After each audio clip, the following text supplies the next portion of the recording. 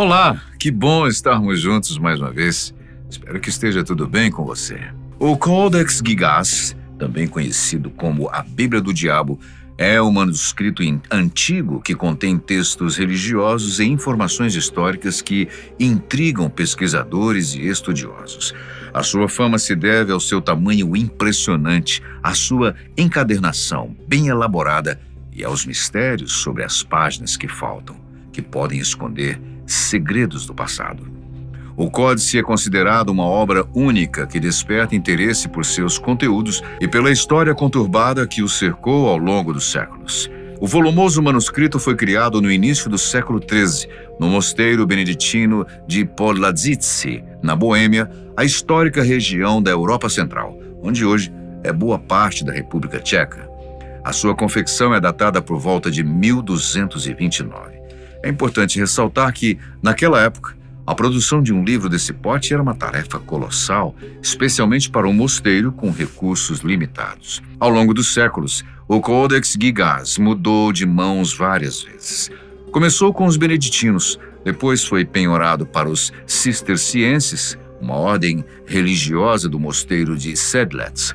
Posteriormente, foi recuperado pelos beneditinos de Brzevnov e, em 1594, passou a fazer parte da coleção pessoal do imperador Rodolfo II em Praga. No entanto, em 1648, quando a Guerra dos 30 Anos estava perto dos seus dias finais, o exército sueco invadiu Praga. Dentre os itens que saquearam, deram de cara com um livro grande, pesado e desgastado. Nada nele parecia incomum até encontrarem uma página inteira ocupada por uma figura inesperada: o diabo. A obra logo foi apelidada de A Bíblia do Diabo. Naquele dia, os suecos nem imaginavam que tinham em mãos o maior manuscrito medieval que existe no mundo até hoje. Desde então, o manuscrito está guardado na Biblioteca Nacional da Suécia, em Estocolmo. Ninguém ainda sabe o verdadeiro nome do manuscrito, mas, em busca de um título mais aceitável, foi chamado de Codex Gigas, que significa o livro gigante. Ele realmente chama atenção por suas grandes dimensões e robustez. Cerca de 92 centímetros de altura, 50 de largura e 22 centímetros de espessura, pesando aproximadamente 75 quilos.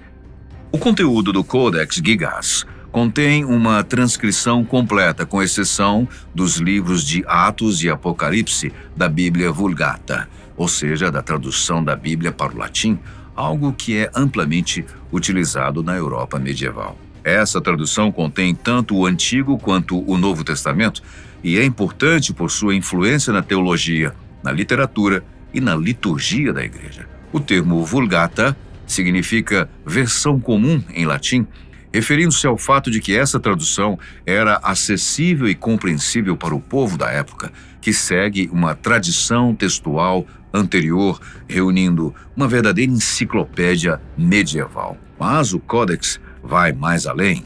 A Bíblia do Diabo também conta com obras históricas como Etymologiae, escrita por Isidoro de Sevilha. Esta é considerada uma obra fundamental para a preservação e transmissão do conhecimento na Idade Média. Esses manuscritos serviram como importantes veículos para a cópia e disseminação de textos clássicos e religiosos durante um período em que a maioria dos livros era copiada à mão.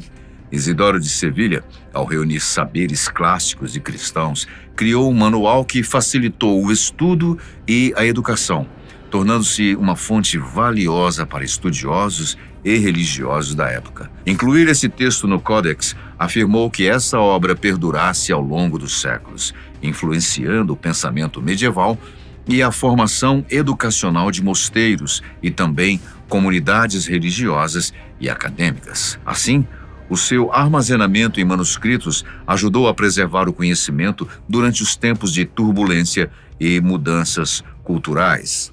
Outra obra é a Antiquitates Judaicae, ou Antiguidades Judaicas em tradução literal, escrita por Flavius Iosefos, um historiador judeu do século I, Flávio Josefo, Esta obra é uma das principais fontes históricas sobre o povo judeu, composta por 20 livros que cobrem a história dos judeus, desde a criação do mundo até a guerra judaico-romana, oferecendo uma visão detalhada da história, cultura, religiosidade e tradições do povo judeu. Ela aborda eventos significativos como a vida de figuras bíblicas, a conquista da Terra Prometida e a formação do judaísmo no contexto do domínio romano. A obra também traz percepções sobre a relação entre judeus e os romanos, ajudando a entender a complexidade dessas interações naquele período, ressaltando a importância da história judaica na formação da cultura e do pensamento medieval cristão.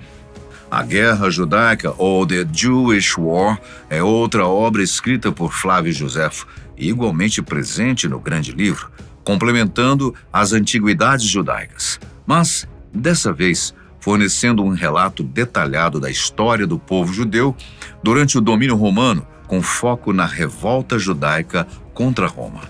O evento, que ocorreu entre 66 e 73 d.C., descreve as tensões crescentes entre judeus e romanos, analisando as razões políticas, sociais e religiosas que levaram ao conflito.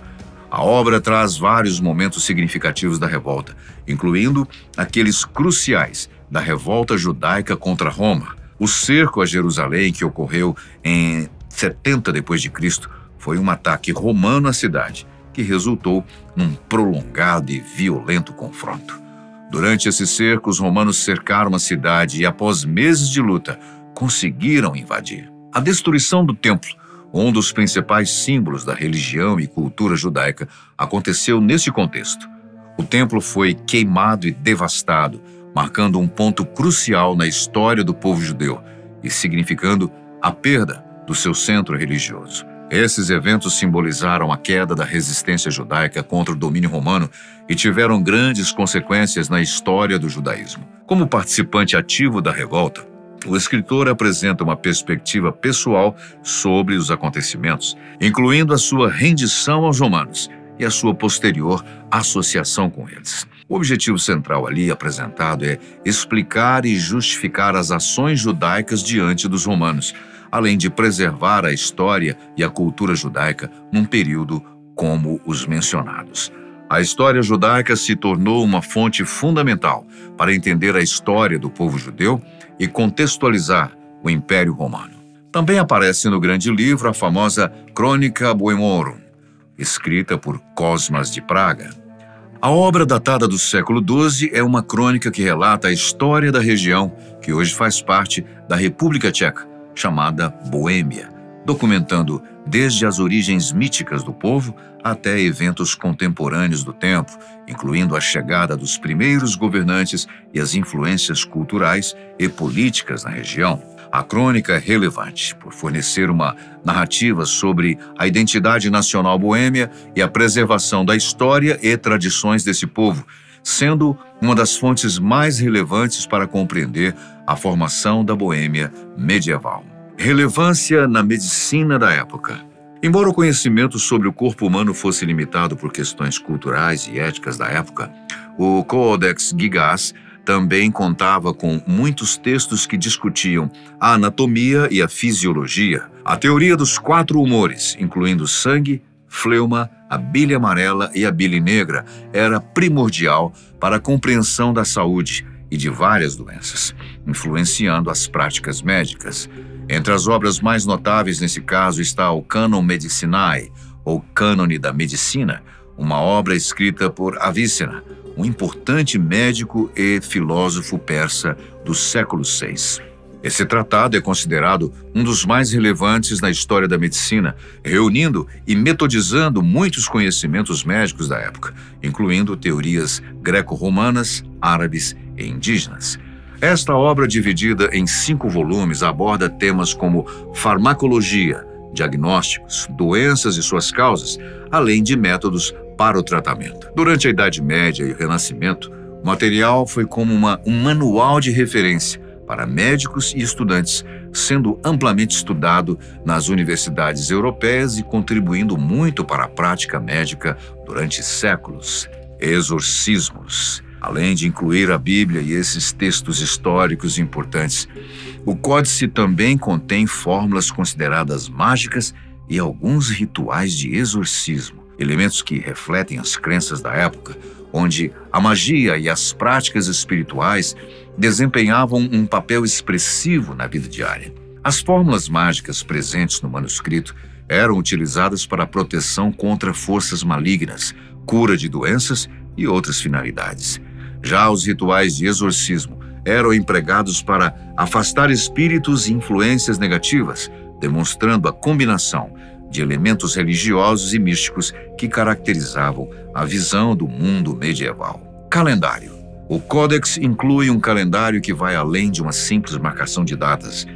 Esse calendário registrava não apenas as principais festas religiosas cristãs, como Páscoa e Natal, mas também homenageava santos locais da Boêmia, como São Venceslau, e figuras universais da tradição católica, criando uma ponte entre o sagrado mundial e as devoções regionais. Além disso, servia como um memorial coletivo. As listas de óbitos inseridas no calendário preservavam os nomes de monges falecidos e benfeitores do mosteiro, orientando orações anuais pela salvação de suas almas. Essa prática reforçava a crença medieval na intercessão espiritual e na importância da comunidade como guardiã da memória dos mortos. A estrutura do calendário segue o modelo romano antigo, organizando os meses em torno de 3 dias-chave: calendas, nonas e idos. Essas datas não eram simplesmente marcos temporais, mas tinham raízes religiosas e práticas culturais.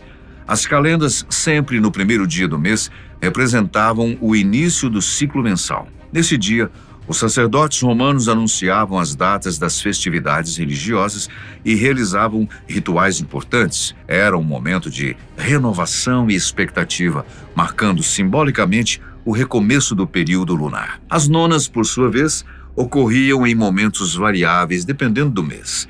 Em março, maio, julho e outubro, as nonas caíam no 7º dia, enquanto nos demais meses aconteciam no 5º. Originalmente ligadas aos ciclos lunares, essas datas tinham significado tanto religioso quanto prático para os romanos. Os idos representavam outro ponto crucial no calendário, geralmente localizados no 13º ou 15º dia do mês, dependendo da época do ano. Alguns desses eventos tinham uma importância especial. Em março, maio, julho e outubro, os idos ocorriam no dia 15, enquanto nos outros meses aconteciam no dia 13. Esses dias eram particularmente significativos para transações comerciais e rituais religiosos. Os romanos não contavam os dias sequencialmente como nós fazemos hoje. Em vez disso, calculavam o tempo retroativamente em relação a esses 3 marcos mensais. Talvez o exemplo mais famoso relacionado aos idos seja o assassinato de Júlio César, que ocorreu precisamente nos idos de março, no dia 15 de março, um dia que se tornaria mundialmente conhecido pela sua importância histórica e simbólica. As anotações astronômicas, assim como os ciclos lunares, também era algo fundamental, não só para orientar os rituais religiosos, mas também as atividades práticas como a agricultura. As fases da lua influenciavam o cultivo e a colheita, combinando conhecimentos científicos e espirituais. Mas, curiosamente, alguns manuscritos podem ser associados a práticas médicas baseadas em astrologia, que era algo comum na época, ressaltando o quanto o calendário funcionava como um manual multifuncional. O design do calendário também impressiona com as suas letras capitais em vermelho, azul e dourado, marcando datas importantes. E as iluminuras discretas, mesmo que menos elaboradas que as do restante do Códex, ainda assim destacavam eventos-chave. A proximidade simbólica entre o calendário litúrgico e essa imagem icônica pode ser lida como uma parábola medieval da dualidade entre a ordem divina, representada pela estrutura ritual do tempo, e o caos, um tema recorrente na espiritualidade da época. Alfabetos. A presença de alfabetos em hebraico, grego, latim e glagolítico no Codex Gigas não era um acaso. mas uma percepção medieval de que conhecimento devia ser um conjunto. Cada um desses sistemas de escrita cumpria um papel específico, tanto prático quanto simbólico, dentro do projeto intelectual dos monges. Por exemplo, o hebraico representava a raiz sagrada do Antigo Testamento, sendo essencial para a interpretação direta das Escrituras e também o diálogo com tradições judaicas. Já o grego, língua do Novo Testamento e da filosofia clássica, permitia acesso a textos fundamentais de medicina, astronomia e teologia, mesmo que o seu uso já fosse raro na Europa ocidental do século. O latim, por sua vez, era a língua que unia a igreja com a sabedoria do clero, estruturando a cerimônia e a cópia de obras como a Vulgata. O mais intrigante, porém, é o glagolítico, um alfabeto eslavo criado por São Cirilo para traduzir a Bíblia para os povos eslavos. A sua inclusão revela não apenas o interesse missionário, mas também uma conexão política e cultural da Boêmia com os territórios eslavos vizinhos, onde o glagolítico era um símbolo de resistência contra a imposição do latim. Esses alfabetos juntos formavam um arsenal linguístico. O hebraico ligava-se às origens divinas, o grego ao saber clássico, o latim à autoridade eclesiástica e o glagolítico à expansão da fé em novas fronteiras. Mas a sua função ia além da utilidade imediata. A disposição desses alfabetos ao lado de calendários litúrgicos, textos médicos e passagens bíblicas reforçava a ideia de que todas as formas de conhecimento, da medição do tempo às curas do corpo, estavam interligadas debaixo da ordem divina. Dominar essas línguas significava decifrar o mundo, desde os ciclos da natureza até os mistérios da salvação. Para os monges, cada língua representava um fragmento da verdade revelada por Deus. Essa ambição enciclopédica, porém, também tinha um lado prático. Facilitava a tradução de textos sagrados, o treinamento de clérigos e até debates com eruditos de outras culturas. Além desses ensinamentos, que parecem ter fortalecido muito os conhecimentos da época, ainda há muitas pessoas que acreditam haver possíveis informações satânicas no livro gigante, como essa combinação única de textos sagrados e elementos místicos que incluem orações cristãs, símbolos enigmáticos e até ilustrações que sugerem rituais ocultos. Desde a Idade Média, há relatos de que certas palavras ou fórmulas escritas nele poderiam ter um poder sobrenatural, incluindo a capacidade de invocar entidades demoníacas ou até permitir a ascensão do próprio Satanás. Além disso, algumas páginas do Codex Giga foram removidas de maneira misteriosa. Embora o códice tenha sido originalmente composto por 320 folhas, atualmente ele possui apenas 310. Teorias sugerem que elas podem ter sido retiradas intencional ou acidentalmente durante as várias mudanças de posse que o manuscrito sofreu ao longo dos séculos. Esse sumiço fomenta, sem dúvida, hipótese de que elas continham desde instruções de magia negra até conhecimentos heréticos que desafiavam os dogmas da igreja. Alguns historiadores sugerem que as páginas foram removidas de propósito, talvez por monges que temiam a sua natureza, uma mistura de devoção religiosa com o fascínio pelo proibido.